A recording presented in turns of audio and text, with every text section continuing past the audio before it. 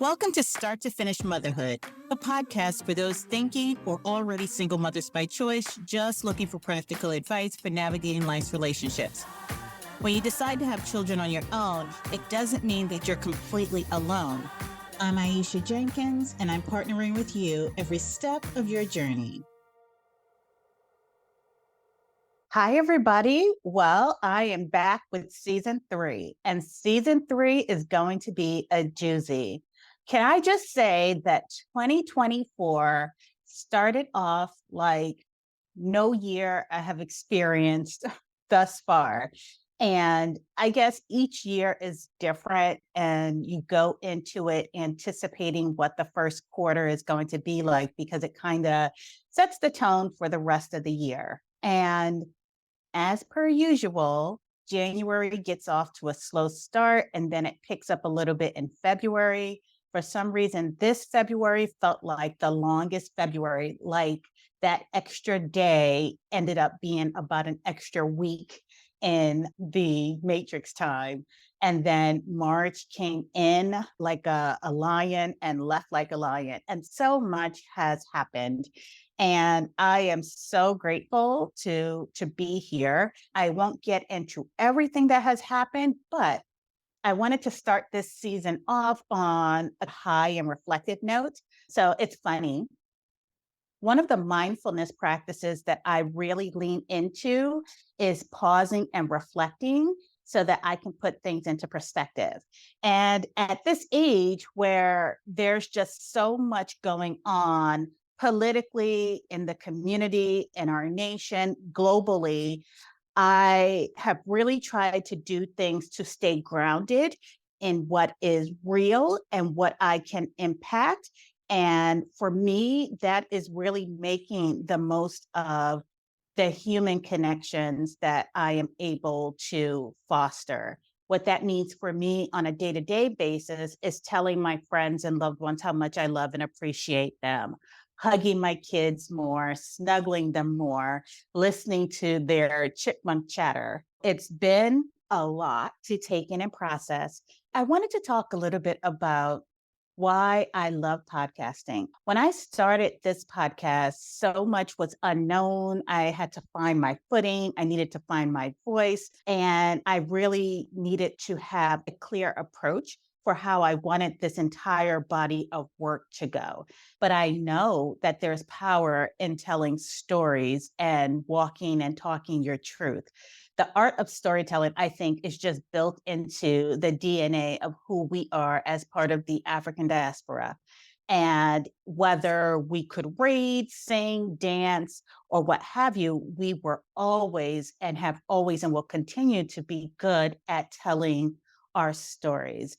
And so not only did I want to share parts of my story, because I am still pulling away the different layers of what makes me me, but I also wanted to hear your stories. I spend a lot of time listening and just enjoying the way people evolve, the way their stories evolve, and just following those stories. With season 3, first, wow, it's season 3 already. And I'm so excited. So what I wanted to do with season 3 was be real intentional about seeking out new and interesting stories to bring into the Start to Finish Motherhood mix.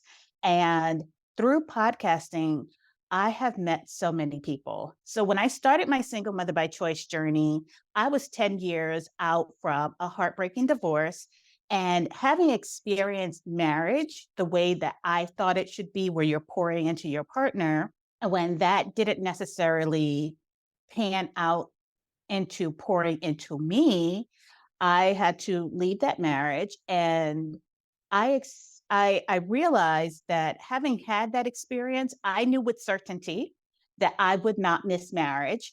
I would not regret ending that marriage, but I would regret not having children and not having the children that I envisioned, having the little people who would allow me to nurture them. And we would kind of work together to find that balance between me guiding them into adulthood and them being who they wanted to be. And I could honestly say at 24, 25, 26, I would not have had such a crystal clear vision of who I needed to be as a parent. And so things just work out the way that they're meant to work out.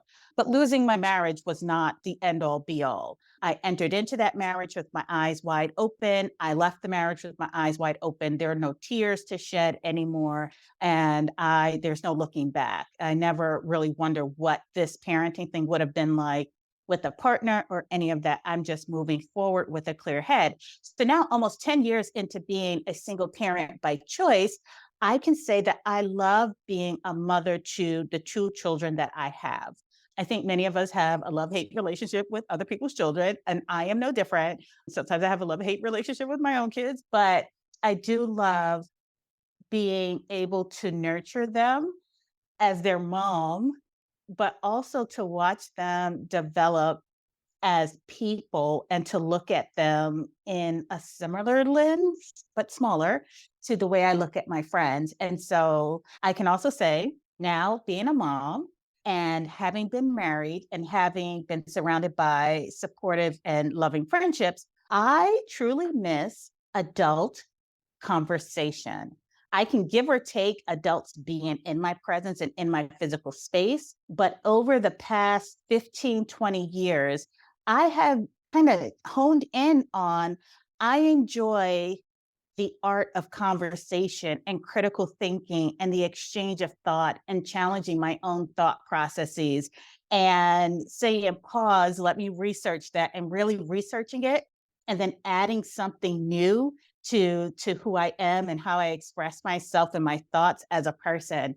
And so what I have found myself doing is listening to podcasts, audiobooks, watching and binge watching shows and engaging about those shows, podcasts, books, music on social media. And so I feel like I'm a content, fully actualized, complete adult simply by having my kids safely in my home, knowing who I am, but also being able to engage in adult conversation.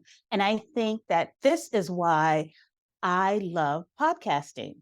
And being a mom who podcasts has given me both the adult conversation I needed, the creative outlet, and the third piece that it has given me is a legacy, a driving force that I felt I've needed in my life. And so, what I mean by that is that I am so tickled to hear my 9-year-old mimic me saying in a little chipmunk voice, I'm Aisha, and this is Start to Finish Motherhood. I'm partnering with you every step of your journey.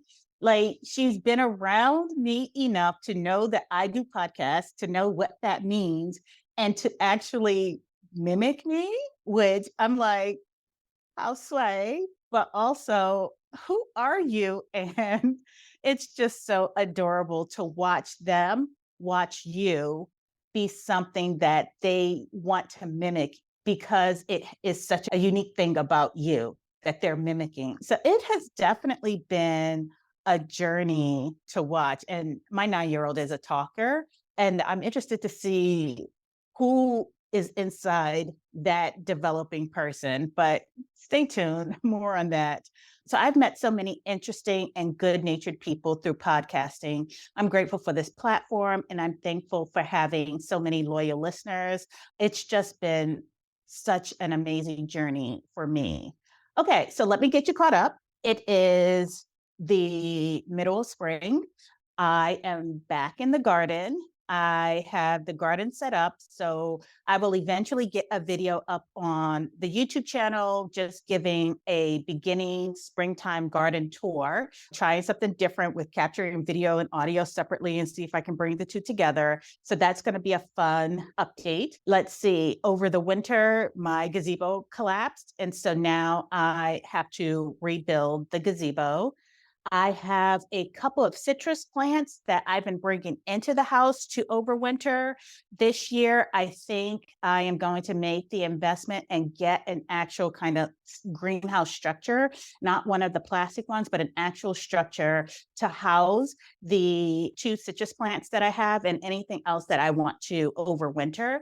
And so that's a new adventure. So we'll see how it goes. I'm interested in this year. We'll be inviting friends over to help have a building party because I need to get my gazebo ready for summer. And so just lots of fun things in creating my peaceful, humble, outdoor, nourishing space. And so more to come on that. I meet interesting people throughout the year, and I know the conversation is going someplace. I make a note of those people. And then once I have a concept of what the season is going to be like, I start to reach out to people. And so I began fleshing out the season July of last year, and it really came together like a nourishing and delicious stew. I searched high and low to find people to address this season's theme question, which is, what's it like? As a single mother by choice, once I tell people that that is my lifestyle, people ask the what's it like question. So what's it like parenting without a partner? What's it like being a working mom and taking care of two kids? I really wanted to address some of the what's it like questions. So for example, over the course of this season, we're going to answer the questions of what's it like to welcome a new baby. We have a S&C who had a baby in January. And so I managed to catch her at the early stages to kind of catch her in the moment. What's it like to work with a known donor? The Melanated Single Mothers by Choice community is full of people who have come to the solo parenting journey from a number of different places, avenues, and perspectives. And I really wanted to be intentional about delving into as many of those perspectives as possible. So what's it like to work with a known donor?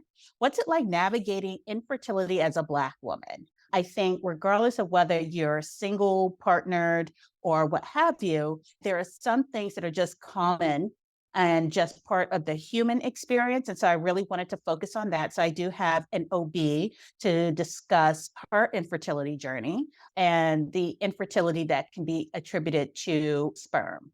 Also, what's it like parenting as a Black expat? I have had podcast episodes on my previous series where we talk to people who are living the expat lifestyle and parenting. And while the single mother by choice community is full of a lot of non-Black women who are doing that, I really wanted to talk to Black women who are living this lifestyle because I think that some of the challenges that we encounter due to our intersectional identities really do make a difference in that experience. And so while I had a choice of who to bring on to talk about parenting as an expat, I was specific that I wanted it to be the Black women's experience, people of the diaspora that I really wanted to capture.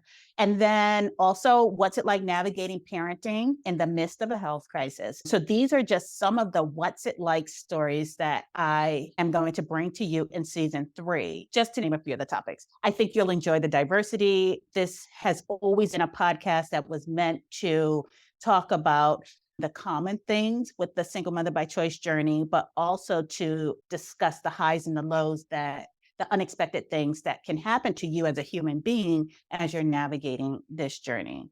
Okay, quick update on the kids. My 9-year-old is months away from turning 10. And this year we've been focusing on communication, executing on tasks, and sibling dynamics, like how to keep the 4-year-old alive.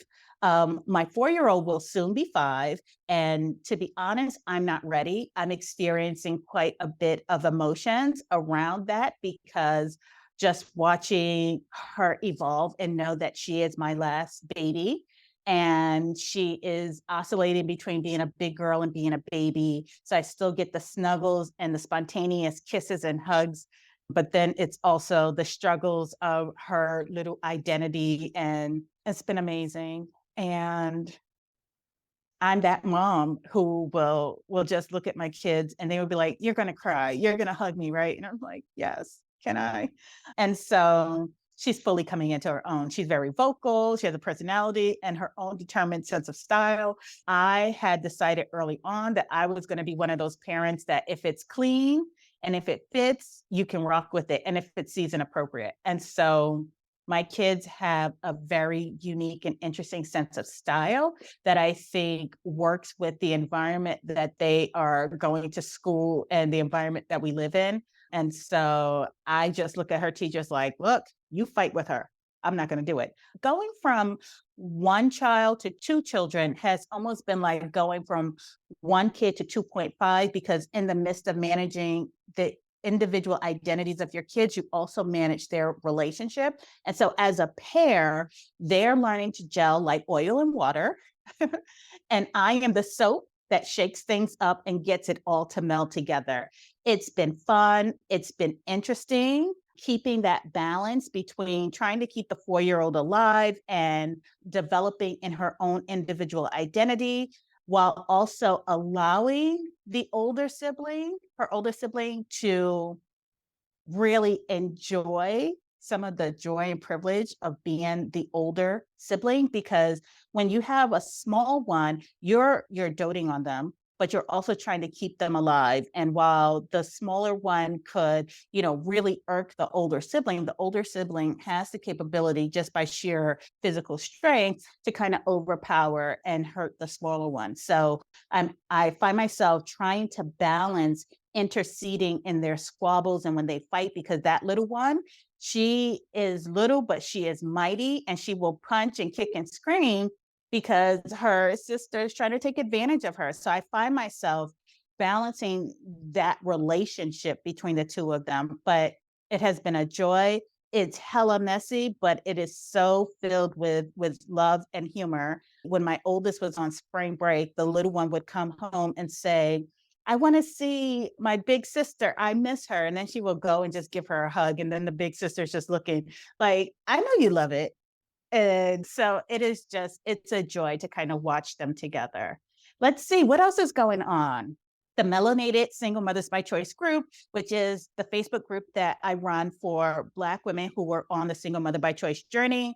I do love my non-Black single mother by choice friends. I participate in the various groups, but I felt that there's a need to have a very safe space for Black women who are navigating this journey. So if you identify as a Black woman and you want to get that additional support to ask specific questions to you being a Black woman in this infertility parenting space, then you're welcome to join the Melanated Single Mothers by Choice group on Facebook. You must have a picture of yourself in order to join the group. And then you have an opportunity to also join the mailing list and get some additional support and information. I will say that the group is growing, and I love watching it grow, because each person who requests to join, I read your stories, I read your names. And as I'm putting together resources like the podcast, the YouTube channel, and the blog post, I am doing so with you in mind and with the situations that you identify in your join request. And so I will say that I'm surrounded by day one people who I have known since I started my single mother by choice journey, people who were with me in the old group, people who have just been part of my SMC world. I have old friends, I have new friends, and I have people who are lurking and waiting for their opportunities to jump in and introduce themselves. To you all, I say thank you and warm welcome to the new people. I appreciate each one of you as members, and I thank you for trusting me to create a safe space for you to navigate this journey. I appreciate the perspectives, the warmth and the love that we share in the group, the respect, and especially the diversity of personalities in the group. I think that we are not a monolith, and we should be able to push and pull against the different thoughts and conversations we have in the group. And I think that we've done that in a really respectful and uplifting way. And I appreciate you all for that. One of the things I've carried over from my professional life is that I wanted to be a different type of leader. I think that in the society that we live in, it tells you that there's a specific way to lead, and that can be quite toxic, where people say, this is me, I'm just a jerk, or I'm just this, or what have you. And I push up against that we don't have to be. I think we can choose to be something different. So I'm a different type of leader. I lead with transparency. I lead with honesty and vulnerability. And so I'm proud of our community. And thank you for allowing me to witness your journeys and support you as I can. And best of all, thank you for allowing me to watch you parent your kids as they thrive. And it's such a joy, because some journeys go on longer than expected. And so to be there when people get to experience the dream of becoming a parent and watching their kids grow, it is an honor and a privilege. And so thank you. Okay, summer plans. Well, we know once January hits, almost I think in December, once December hits, that's where we start to see all the camp offerings come out for the year. And I will say I saw them come in and I just didn't have it in me to make hard decisions. And so I was really focused on this year because my youngest turns 5 and that I was excited about not having to pay for daycare, to be quite honest. And so I knew that at the end of June, we were going to go into this new phase. But I didn't really have a plan for what happens after June. So that was a big conversation amongst the preschool parents that I talked to. What are we doing with the kids? Because a lot of the little 5-year-olds, some of them had older siblings and some did not. And so we were all trying to figure out where's this group of small kids going to go. And so I thought, hey, I'm putting my kids into camp. But then I realized that with my older daughter having an IEP, her school offers a free school based camp. So she's going to be going there. And then the 5-year-old is really small. So when you think of the age range between 5 and 8 is the age range for the lowest level camp, that is a big age and physical difference. And I can't see dropping my little 5-year-old off with big giant 8-year-olds and her sister is not there with her in the morning. And so that put me kind of in a bind where it's just like, okay, what are my alternatives? So I still haven't really figured out and I think that's okay for me. I've been really structured for most of my life. And I think I'm entering into a season where a lot of the structure is gone and I'm navigating it. So I'm trying to be less rigid and more flexible. So for me, where I am developmentally, I think it's okay for me to not know what the next thing is. And so I'm going to take summer as it comes. You know, life is lifing. And so summer is all the way up in the air for me. I just know what my big girl is going to be doing for part of the summer. She's going to go to school-based camp and she's going to go to a sleepaway camp. The little one, she keeps asking for some mommy and Cece time. And so maybe she'll get a little bit of that this summer. I know I need to get her into a pool and maybe get her onto a bicycle. And so we'll see. I will keep you posted, but I know whatever we decide to do, it will be an epic summer. It's going to be filled with love, laughter, adventure, and lots of friends. And that's it. I said what I said. So stay tuned. Okay, so last but not least, I'm going through a major transition. I'm still processing it all, and I'm not 100% sure how I'm going to articulate it, but I do know that I'm better with these things when I've had distance. So the gift of distance and perspective away from events really helps me to deliver the information better. So maybe in season 4, maybe in season 5, I don't know. But I do know that change is constant. And I remember going to church when I was like 16, maybe.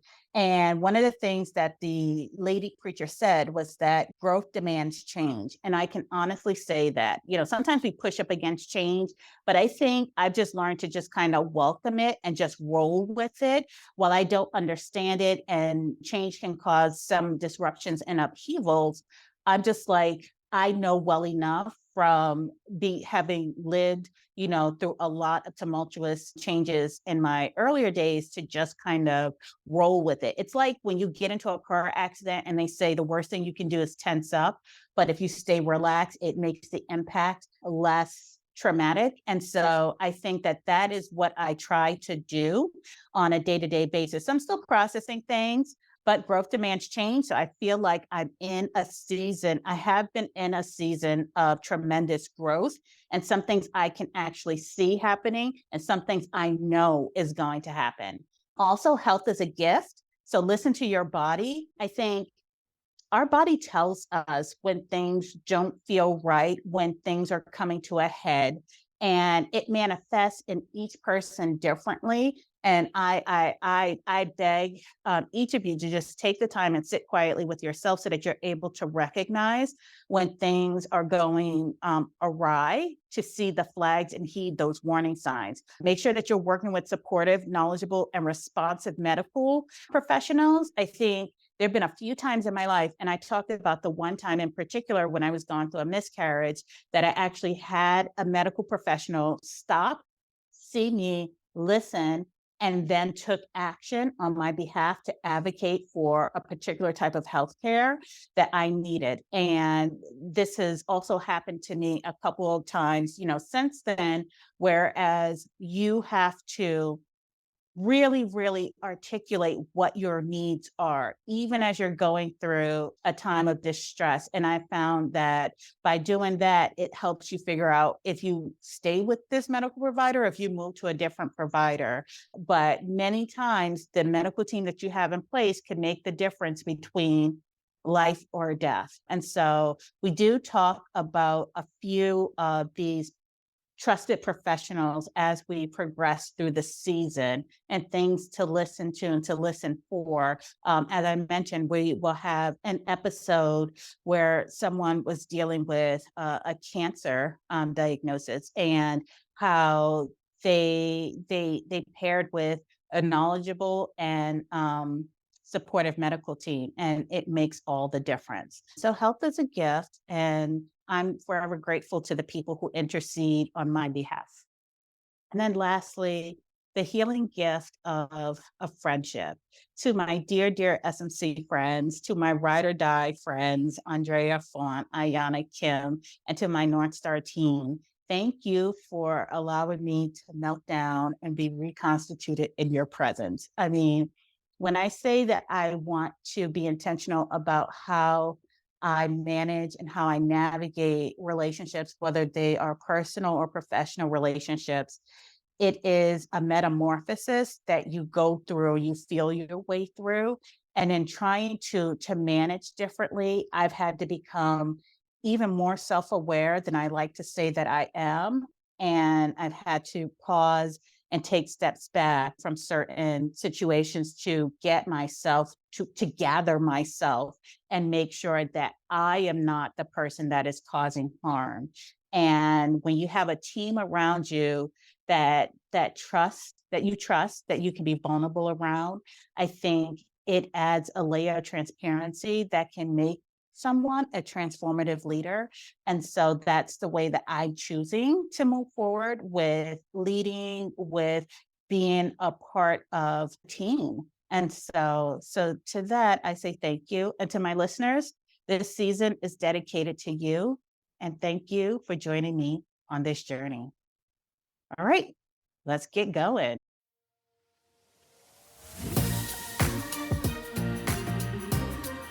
Thanks for listening to Start to Finish Motherhood with Aisha.